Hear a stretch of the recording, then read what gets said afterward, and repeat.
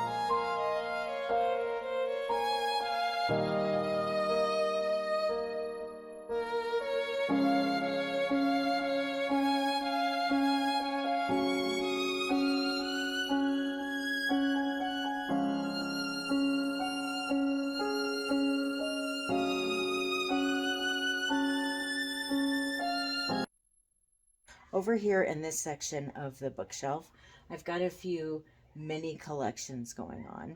I have Abnormal Psychology, which is a book that I had to read in college, and sometimes I refer back to it. I've got two books by Steve Higgs. He's got a book series about a woman who's on a around the world cruise, and she is doing some sleuthing on the cruise ship, and I really enjoy these books. I just haven't had a chance to read more of them yet. I've got my little Charlene Harris collection right here. I don't have all of my Charlene Harris books here, just these ones here, and then this Sarah Rosette book. I also read that whole series and enjoyed it, so I like to kind of keep this one sitting out to remind myself of that fun series that I read a few years ago. I've got Valerie Woolsey, some Vicki Delaney books. I love these books. And then I've got Kylie Logan's books and Lucy Burdett. Let's see, Lucy Burdett. This was actually an ARC that was sent to me by the author, and this is how I was introduced to Lucy Burdett, and this series was this particular book. And then Kylie Logan, she wrote her Chili Cook-Off Mysteries series, which I really loved. I have the third book somewhere in storage, but this particular one, which was the second book, was sent to me by the author to do a review on, and it was nice. She actually signed it for me. I have Tara Road by Maeve Binchy, which I need to get this sticker off of here. I just haven't taken the time to do that, but this is one of my favorite books of all time. I love it. I don't even know how many times I've read it. This one here, The Alienist, is for my brother and his wife, and there's a really beautiful message on the inside of the book that they wrote to me, but it's kind of personal, so I'm not going to read it. But I've got, is it one other book in this series? Was it 2 books or 3? You might know if you've read them, but I do have the other book or books in this series, but also in storage. I have a bunch of stuff in storage right now, but I love The Alienist. I've got The Nightingale. I've got some Lisa C. books and Alan Eskens books, and Beloved by Toni Morrison. Toni Morrison, I have only read Beloved and Song of Solomon, but those are 2 more of my favorite books of all time. I've read them both countless times, and unfortunately, I went through a breakup where the person I don't know what they did with them, but they got rid of my favorite books because they knew how important they were to me. And so Terror Road and Song of Solomon were two of those books that were probably thrown away. So I have not replaced Song of Solomon yet, but I did get a copy of Terror Road. And then over here, I've got, well, you might get a kick out of this. This is a brain that I made out of, was it cement, right? Yeah, I made it out of cement. This is from one of those little things you can make a jello mold of a brain with at Halloween. I thought it'd be fun to make a cement one, and my husband and I really love this, and so I keep it over here on my bookshelf. And then I've got some Joe Hill books, Lucy Foley, Stephen King. These are all books that I really enjoyed and hope to read again one day. Later is a coming-of-age story about a boy named Jamie, and as he's growing up, his struggles with having a quote-unquote gift of being able to see how people died. He basically sees their ghost and how they died. And it's really good. It's a hard case crime novel, and I really love it. The only thing I didn't like about it was that it wasn't longer.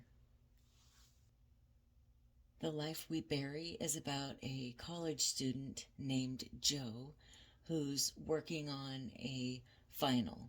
And his final in an English class is to write a biography about a real person.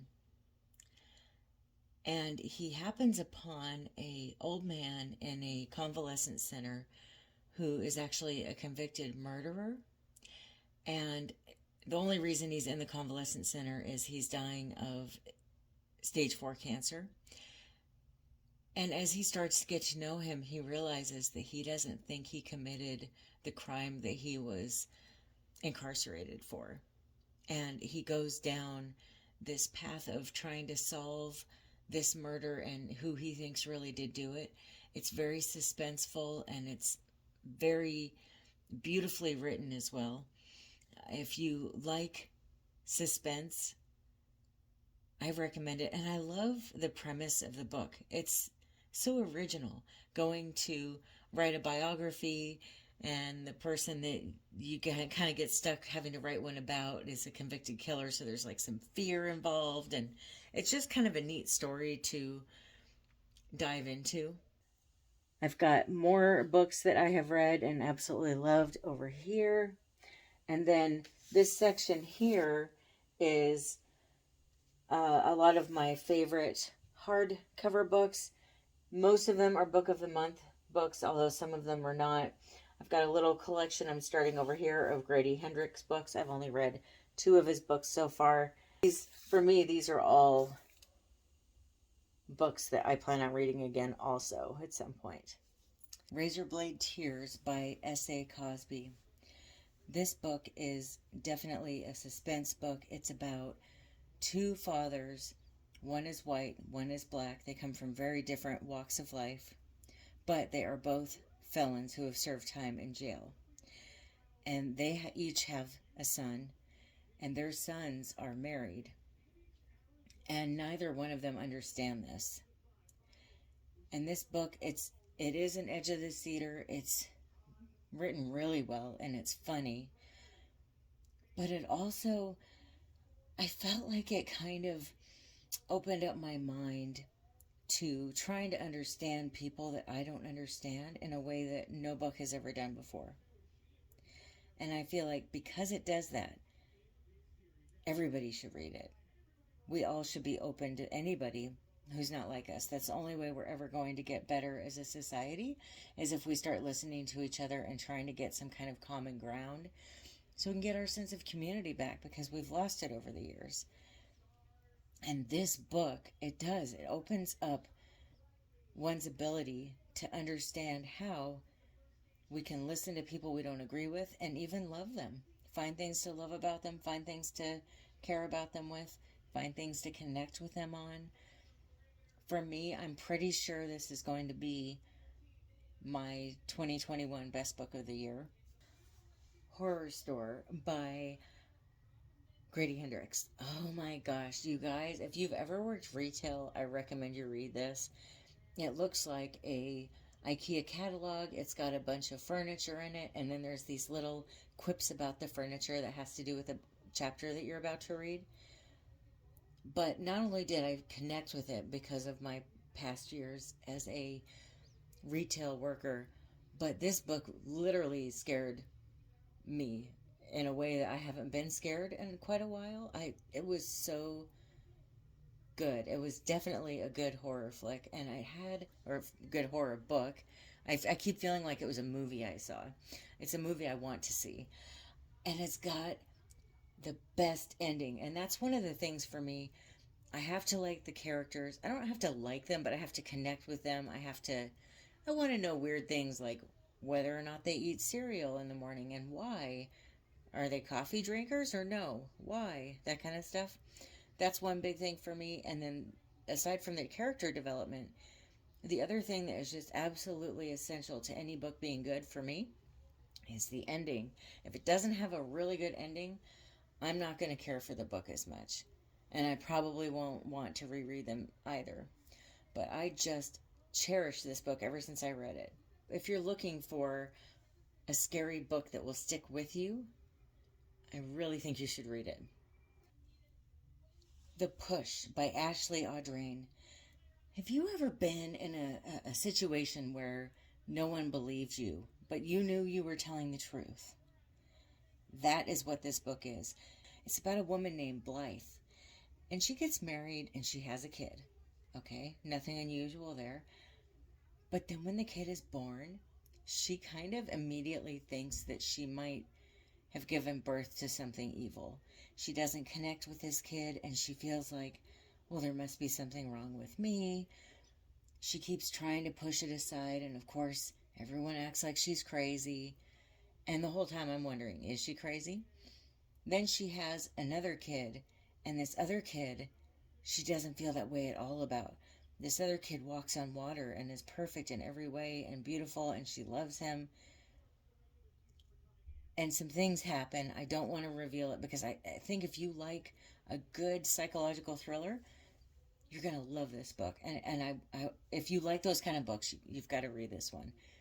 There's a couple twists and turns, but especially one that just, it was like the hair on the back of my neck went up, and I can't stop thinking about how good this book was either. It was just amazing. It was epic. I hope they make this one into a movie as well. I don't want to tell you whether or not she's the crazy one or everyone else is, because I want you to find out on your own. But oh boy, it's just that feeling of knowing that you're telling the truth in your heart and other people don't believe you, to the point where you start questioning your sanity. We have all been there at one time or another, right? That's what this book is, and it's so good. It's such a perfect story of that and feeling like that and trying to figure out if it's you or them or maybe both. Over here, which this is usually where I'm sitting, so you can't usually see either one of these two sections of the bookshelf. But these are my husband's books. Let me get these out of the way here. These are pictures that we need to have framed. I just haven't taken the time to do that. But he's got some of his favorite Star Wars books here. He's got some Batman books, Ready Player One, Ayn Rand. He's got some of her other books too, but this is one of the ones that he's got. He's got some Marvel, Batman. This is actually my book that I tossed over here because I couldn't find room for it. Rise and Grind, that's one that we both read. Carl Jung's Psychology and Alchemy, that's actually a book I read in college, and I thought he would like it, so I got it for him. And then he's got a Tesla book. I don't know if you can, yeah, he's got a Tesla book here. He's a big fan of Tesla, and he reads, but he's somebody that for a year he'll read a bunch of books and absolutely love it, and then he'll take a year or two off of reading and not really read anything or not read much at all. He's just very cyclical with that. And then he's got his little Popco's here. He's got the Freddy Krueger one.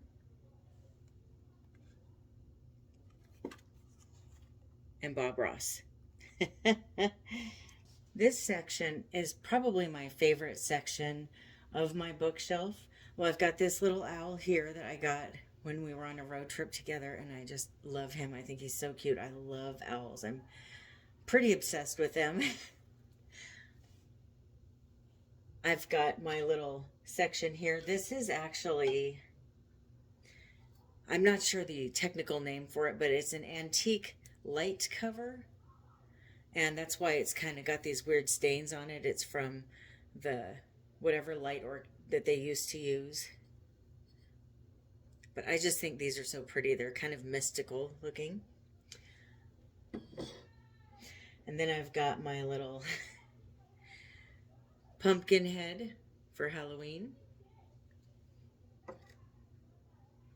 along with a fun little sign here. I thought that would be cute because I do always have black cats walking back and forth across the screen when I'm filming videos.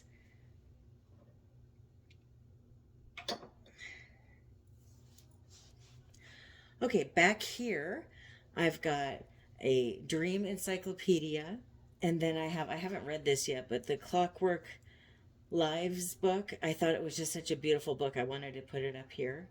I've got Centuries of Owls, which is a bunch of information and stories about owls. I haven't read that one yet either, unfortunately, but it's a pretty book. I'll show you. It's just a nice pretty book. And it's got, this one I got in a, I guess you would call it a rare bookstore as it was going out of business. And I really cherish this book.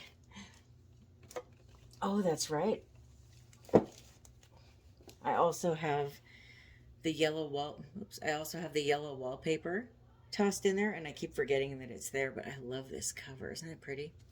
And the book is really good too. I've got Rainbow Rowell's Pumpkin Heads, which is a really fun way to get into the Halloween spirit. It's just a nice, fun graphic novel. And this here is my favorite part of my bookshelf. I've got this fun little tin of a schoolhouse with a dog. I have my hourglass here, which I love. And then these are some of my favorite books. I really love this author. I just discovered her about a year ago. Her name is Megan Collins, and she writes really haunting books. They're just, I find them to be very cathartic, very healing. And she's written 3 books now. I have 2 of them here, and then the third one is over in this section that has my hardback books. I also really loved and identified with Big Little Lies and Paint It Black. They're both also very healing books for me. If I were to add another book to my little healing section, it would probably be Maeve Binshie's Tara Road, but I can't put it here and still have these on the top, so that's why that book is not sitting here. These are a lot of the Krista Davis Domestic Diva Mystery Series books. They're not all of them, but it's quite a few of them. There's now 13 books in this series. And this is my favorite cozy mystery series. It's the series that got me into cozy mysteries to begin with. I'm actually going to be doing a video very soon about this series and this author and why I love her writing and her books specifically, and also, you know, this series as a whole. So you keep your eye out for that. So this is one of those books, but the hardback version.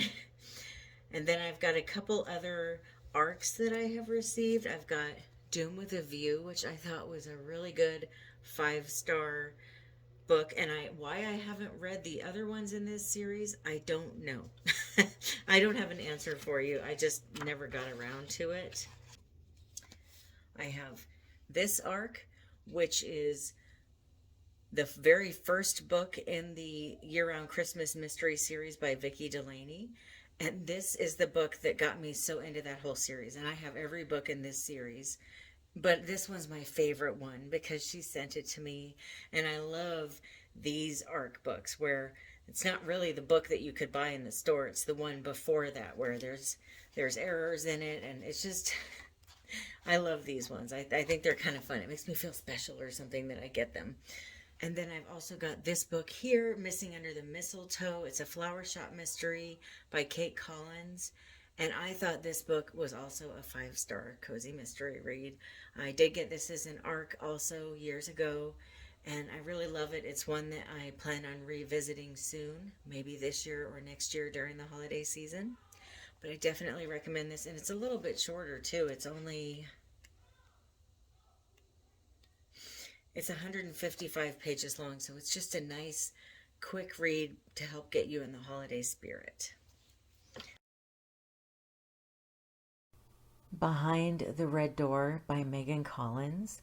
This book is about a woman named Fern who sees on the news that a woman who had been missing years ago and then found is now missing again. And she just keeps having this weird feeling that she might know more about this than she's aware of, like on a subconscious level. And she goes home to help her dad move, and all these memories start coming back. All these things that she has blocked out start returning to her. And it's a really interesting story about healing from past trauma and forgiving oneself for forgetting about traumatic things that happened in the past, and also dealing with parents who maybe mistreat a person or abuse them. So if you're looking for a really good thriller, but also that has some information about healing after trauma, I really recommend it. Big Little Lies by Liane Moriarty. Look, I'm not saying the show isn't good. It is, but it's more of a thriller. The book, on the other hand, is more of a healing experience.